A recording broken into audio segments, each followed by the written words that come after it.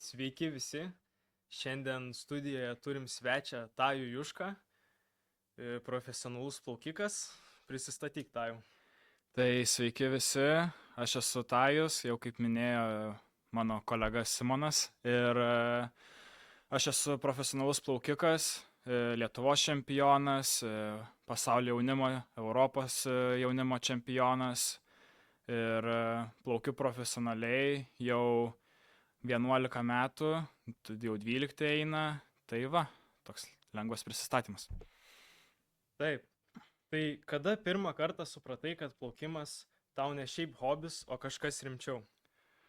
Aš turbūt sakyčiau, kad nuo pat pradžių, kai atėjau į baseiną, jau iškart tokį tikslą buvau pasižymėjęs, nors gal ir vaikams, aš pradėjau plaukti pats nuo 5 metų, tai neįprastai yra tokie, kaip sakoma, pamąstymai, kad iš karto jau noriu būti ten pasaulio čempionas ar olimpinis čempionas, bet kažkaip man nuo pat vaikystės prikibo šitą idėją, kad aš ateinu plaukti čia nebereikalo ir noriu kažko siekti. Ir manau, nuo tų metų ir sužinojau. Nu, kaip penkiamečiai, tai rimta, labai rimta pamąstymai. Nu gerai. O tai kiek kartų per savaitę dabar treniruojas? Į plaukimo treniruotės einu 10 kartų per savaitę, o tada dabar turim fizinio parinkimo treniruotės, tai einam į salę daryti ten svorio kilnojimų ir taip toliau, kinezinės treniruotės, tai dar 3 kartai per savaitę prisidedu nuo salės vien tik. Nu, o kaip maždaug atrodo tavo diena nuo ryto iki vakaro? Oi, sunkiai, čia sakykime, stovyklose tai vienaip atrodo, bet vis tiek dažniausiai, kol būnu Lietuvoje, tai atsikelimas, aišku, pasidarai pusryčių, važiuoji tiesiai treniruotę, pasidarai rytinę treniruotę kažkur apie 2,5 valandos, tada irgi priklauso nuo laiko, kaip viskas vyksta, bet tada eini pavalgyti arba į salę, po to pavalgio arba po salės eini į mokyklą, po mokyklos vėl į treniruotę, dar kažką prieš tai užkramsnoji ant greičio, kad visiškai nebūtum be jėgų ir vėl į treniruotę, grįžti namo, pavalgai, namų darbai, miegi ir tai suki visą savaitę. Tai realiai draugam, šeimai praktiškai nelieka laiko poilsiui. Nu tai savaitgaliais. Ja, bet tai irgi, kartais mažiau namų darbų pasidarai, kad laisvalaikio daugiau turėtum, kartais salių nebūna, tai, sakykime, irgi vietoj salės to laiko kažką skiri savo. Ką maždaug laisvalaikiui veiki? Įvairiai. Aišku, jeigu savaitgaliais, tai irgi skirtingai, kadangi daugiau laiko galiu skirti tam laisvalaikiui, bet savaitgaliais mėgstu su draugais į gamtą išvažiuoti, kažką paveikti, pasikepti šašlykų, dar kažką. Tada tinklinį pažaisti, šiaip su draugais kažkur išeiti, patinka video žaidimai, filmai, serialai, knygos, visa šita. Tai dažniausiai, jeigu paprastoje darbo dienoje, tai dažniausiai kokia knyga, filmas, serialas dažniausiai būna. Daugiau ir nelabai ir laiko randi kažkam kitam. Nu taip, o kokį sportą dar pasirinktum be plaukimo? Jeigu plaukimo nebūtų, kokį sportą pasirinktum? Aš manau, kad aš kaip sportininkas esu individualistas, bet norėčiau gal net pabandyti. Aišku, dabar, kol profesionaliai sportuoju, tai nebandysiu, kadangi jau plaukimas visą laiką užima, bet norėčiau pabandyti iš tikrųjų tinklinį. Ir dabar irgi sakau, su draugais vasaram dažnai žaidžiam tinklinį, tai ir pačiam patinka labai, ir visai neblogai sekasi, ir manau tikrai gal šitoj sporto šakoje ir būtų verta prasibandyti, kaip atrodo. Dabar toj labiau filosofinių klausimų. Tai ką žmonės dažniausiai apie tave klaidingai galvoja? Daugiausiai turbūt, kad plaukiu vien iš talento, nes vis laik jaunystėje bent jau, anksčiau laiko, kol dar kokie 12-13 metų būdavo, vis laik man žmonės sakydavo, bendramžiai ir konkurentai, kad tu čia ręsti labai gerai, dėl to taip plauki, kad, sakykime, nežinau, iš talento plauki, ten beveik, žinai, nieko nereik tau daryti ir taip toliau, nors dažniausiai tai būdavo tiesiog, kad aš treniruotėse ir atidirbdavau 100% ir taip pat netreniruotėse, tai sakykime, prisižiūrėdavau ten miego režimus, mitybą ir taip toliau. Tai va, kas daugiausiai turbūt lėmė to rezultato, ne tik, kad aš ten kažkoks talentingas ar anksti bręstu ar dar kažką, o kad ir, sakykime, dirbu tikrai daug ir stengiuosi ir aš tą tikslą turiu ir jo siekiu. Taip. Tai jei turėtum galimybę vakarieniauti su bet kuo gyvu ar ne, su kuo sėstum prie stalo? Tai su tavim, aišku. Su manim? Ne, juokauju. Nu, su tavim ir dabar galėčiau eiti pavakarieniauti, bet nežinau, žinokit, tų žmonių, su kuriais norėčiau pavakarieniauti, tikrai yra daug, bet manau, labiausiai pavakarieniauti norėčiau su Jėzum Kristum, kadangi tikrai įdomi man ir jo visa ta filosofija ir tikrai norėtųsi sužinoti apie jį daugiau. Ir manau, ta vakarienė tikrai būtų įdomi ir man. Ir pašnekėtume rimtomomis temomis. Kokiom rimtom temom? Nu, tai va, apie gyvenimo prasmę, taip toliau. Irgi, kaip sakoma, visokių filosofinių. Apie pinigus irgi galėtume pašnekėti. Nu. Tai grįžtam prie plaukimo labiau. Kas vyksta tavo galvoje prieš startą? Ramybė ar adrenalinas labiau?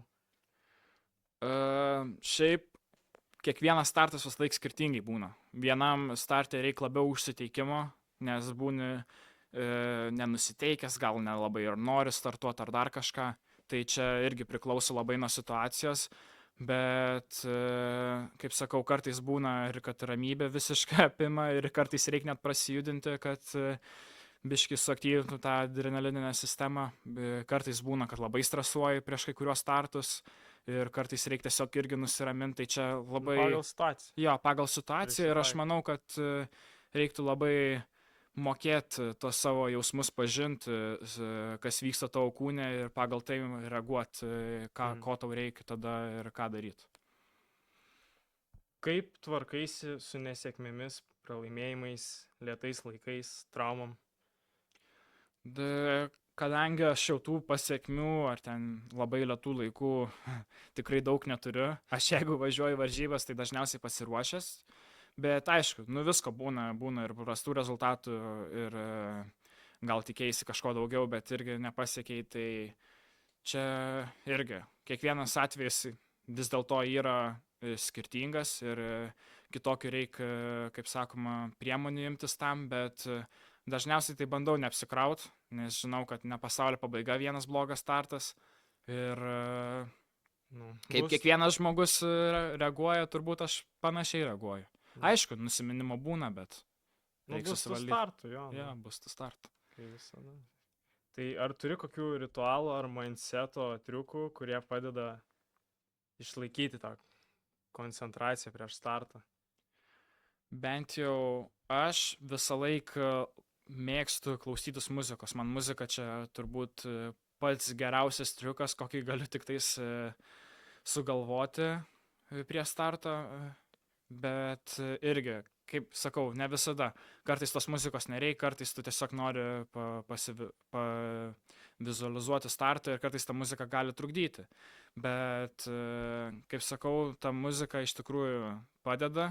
Toks kaip motivatorius. Motivatorius, jo. Jeigu, pavyzdžiui, per daug užsikurti, jeigu per daug, pavyzdžiui, stresuoji, tai gali ir nusiraminti, žinai, su ta muzika. Irgi. Priklauso irgi. Tai padeda susidėlioti prieš startą mintis. Padeda. Ar jautiesi, kad sportas tave formavo kaip žmogų? Oi, tikrai taip.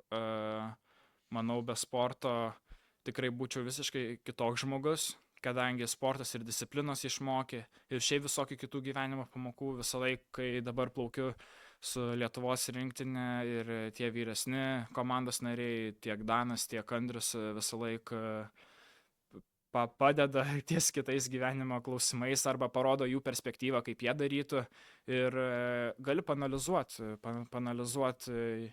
jų irgi mindsetus, kaip sakot. Ir čia tiesiog yra, nu jau, toks formavimas yra, taip pat irgi ten tas nenoras eiti kiekvieną dieną, disciplina irgi formuoja, aišku, ne kiekvieną dieną nenori eiti, bet būna visokių tų dienų ir taip toliau. Jo, su aukštais plaukiais motyvuoja plaukti. Taip. Tai sakau, čia kaip žmogų formuoja, tai tikrai taip, o daugiau, tai aš ir manau, kad ir didžioji dalis mano turbūt charakterio ir išeina iš plaukimo, kadangi didelį laiko tarpą ten praleidžiu. Taip. Ar pameni tą momentą, kai pirmą kartą pagerinai Lietuvos rekordą? Kaip tada jauteisi? Prisimenu, man rods, tada buvo Alytaus baseinas, berods buvau 11 metų, jeigu čia kalbam apie amžiaus rekordus. Nes Lietuvos rekordas tai čia neseniai atėjo pirmas. Bet amžiaus grupių rekordą tai tikrai buvau nustebęs, gal net šiek tiek, nes nesitikėjau, kadangi man rods tada buvo tas ciklas, kur dar važiuodom į labai dažnai bent jau į varžybas ir tada nebūdavo to tokio vieno pasirašymo vienom varžybom, o vis laik, vieną savaitę vienas, kitą savaitę kitos ir vis laik tai važinėdavom. Ir tada gal net, kol vaikas buvau, nelabai suvokdavau, kad galiu aš tą rekordą plaukti ir taip toliau. Tai kai suplaukiau tą pirmą rekordą, kaip sakau, nustebęs buvau, aišku, laimingas, bet kažkaip irgi toks pamąstymas buvo, kad čia padaryta 12-mečių, 13-mečių rekordą. Ir, bet žinai, nesibaigia dar tavo kelionė, dar turi daugiau siekti ir taip toliau. Tai kažkaip labai džiaugtis neapsidžiaugiau, aišku, momentu apsidžiaugiau, o po to tie rekordai, eina ir eina. Bet eina. Dabar jau nieko nebejauti, jau padarai rekordą. Ne, gerai, važiuom namo. ne taip, aišku, kažkiek yra gal to džiaugsmo, bet čia gal labiau tame, kad, pavyzdžiui, pats savo rezultatą pasigerino, ne kad kažkoks rekordas nukrito ir mano vardas ant ten stovės. Gal jeigu būtų pasaulio rekordas ir būtų ir kita kalba, kitaip reaguočiau. Ar turėjai kokių momentų, kada jau galvoji, kad mesi plaukimą? Kaip ir jo, kaip ir ne.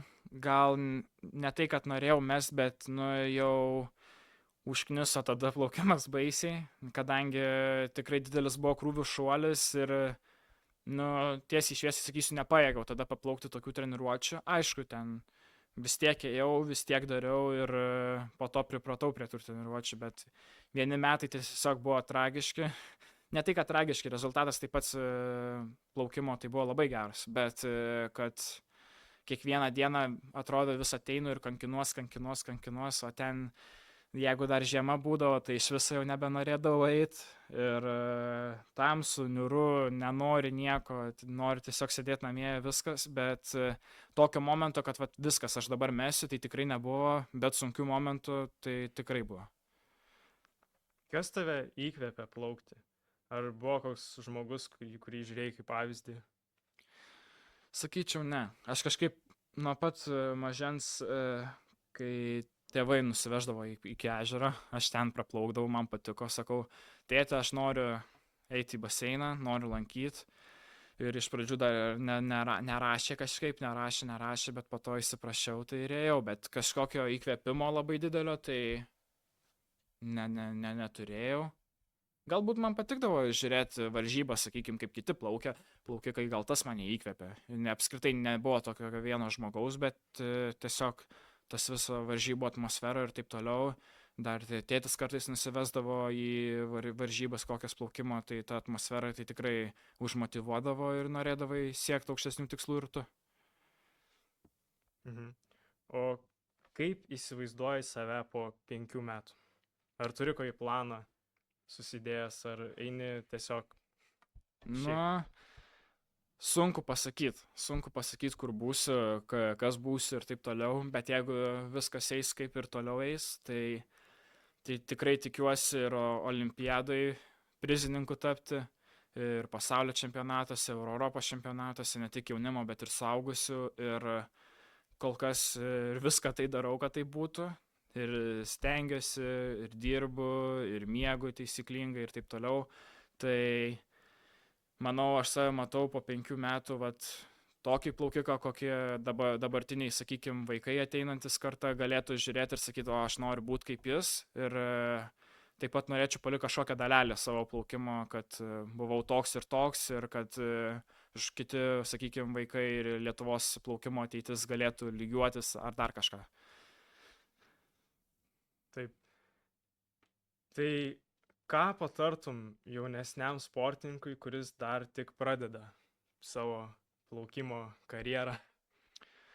Sunku kažką patart, kadangi dažniausiai vaikai, kurie tik ateina arba, sakykime, tik pradeda plaukt, dar nieko galvoj neturi. Dažniausiai jiem tik bet tu kaip ir turėjau. Tai čia retas atvejis, bet aišku, patarimų tai galėčiau duoti, bet pavyzdžiui, kad per treniruotis šūdo nemalt, atsiprašant, nes dažniausiai tie vaikai, bent jau iš mano patirties pamenu, kaip plaukdavau, tai jie tikrai būdavo talentingi dauguma, bet jie nesusikaudavo per treniruotis, darydavo nesąmonės, taip toliau. Ir atrodo, įgimta jiems tikrai buvo davę dievulis, kaip sakoma, talento, bet jo tiesiog neišnaudojo ir turbūt dabar jau niekad nebeišnaudos. Tai aš ką pasakyčiau, kad dirbtų per treniruotis ir stengtųsi, nors gal ir nelabai nori, bet, aišku, plaukimas, jeigu ir nepasisektų, vis tiek daug atneša, sakykime, tų naudingų pamokų, disciplinos ir taip toliau. Ir šiaip, jeigu dar išvažiuoji į užsienį, dar kažką pamatai biškai pasaulio, tai taip. O jau treniruojas, yra koks planas olimpinių žaidynių, normatyvus padaryti? Tai aišku, tai jau praeitų buvo olimpinių žaidynių pamastymai, kad gal pateksim, gal kažką, bet liga pakišo koją paskutinę sekundę ir neišvažiavom, net neturėjom galimybės pabandyti atsirinkti. Tai va čia, kas gal turbūt biški ir liūdna, bet dabar dar daugiau laiko turėsiu pasiruošti ir jau, sakau, kitas olimpinės žaidynės jau norėčiau ir į medalius pretenduoti. Tai, svajonės didelės, žinau, bet darau viską, kad jas padarytų. Aš tikiu tavim, tikiu. Tikrai bus.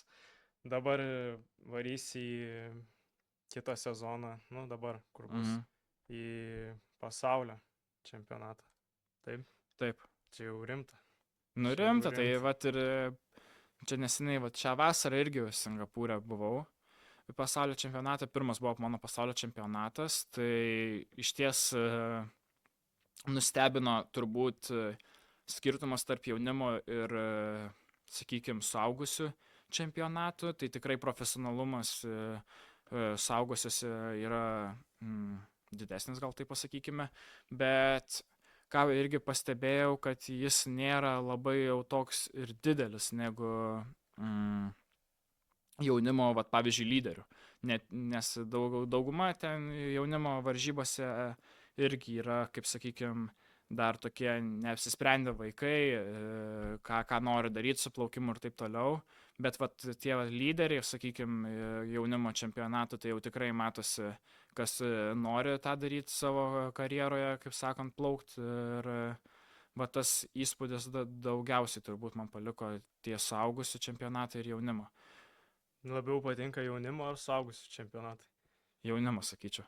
Kadangi vis tiek ten gali finalai daugiau pakonkurentuoti ir ten, aišku,